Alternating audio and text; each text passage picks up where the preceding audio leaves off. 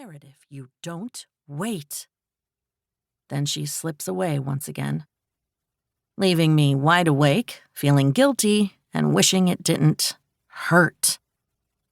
Some would say the connection I have with the past is a gift, and I try to think of it that way, I really do.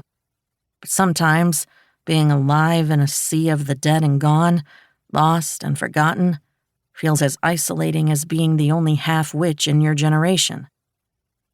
"Imperative," she said, "that I tell Zander what's going on." But that's an odd way to put it.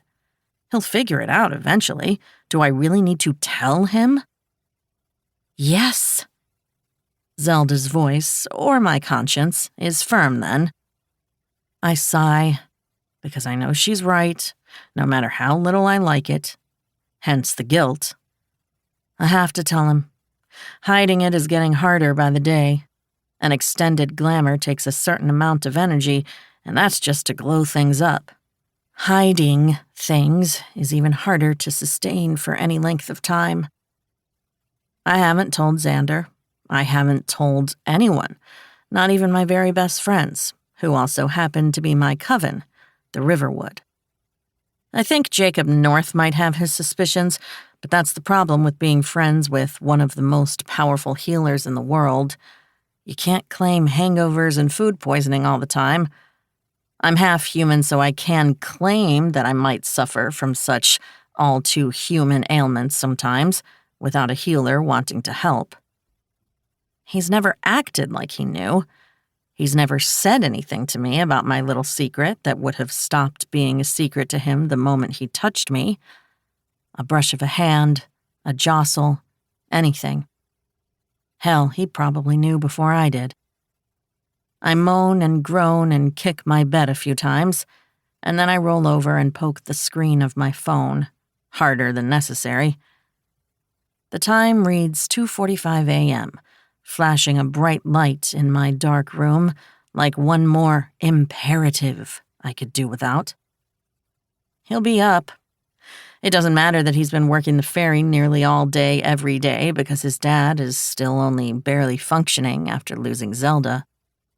Zander still works his shift at the bar and doesn't stumble home until around 3 in the morning. Things I wish I didn't know, but I do, like his every move is etched into my bones. If I get up, I can beat him there. Then again, I could also send a note. Or Ruth, my owl familiar, to do the dirty work. People always want to kill the messenger. "How kind of you to volunteer me," Ruth says in my head, where only I can hear her, filled with owlish sarcasm. I throw the covers off and get myself ready with a glamour. Not for Zander, but for myself. I consider it battle armor. I look at Ruth, perched on my windowsill. "You can stay here." "But the drama," my familiar says wryly in my head, her eyes gleaming as she performatively ruffles her feathers. "How could I miss that?" I wrinkle my nose at her, but I also know she's not going to let me out of her sight. It's got very little to do with the drama and much more to do with war.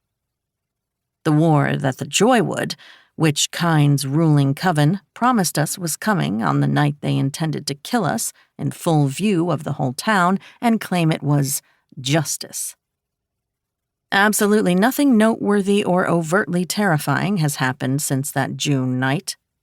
We stood up to the Joywood and somehow lived. But the dread gets worse by the day. None of us are safe.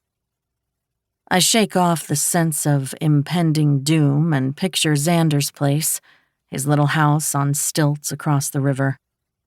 He can look out over the water and see our hometown, a gathering place since not long after the Salem witch trials for witches, spirits, and more than one enchanted statue that might once have been a magical creature. I want to cry, but I never cry. Instead, I push it away and focus on what needs doing. Call me whatever you like. I can promise you I've heard worse, but I will always suck it up and do the thing. Eventually. Tonight, the glamour takes a lot more muttered spells than usual to hide.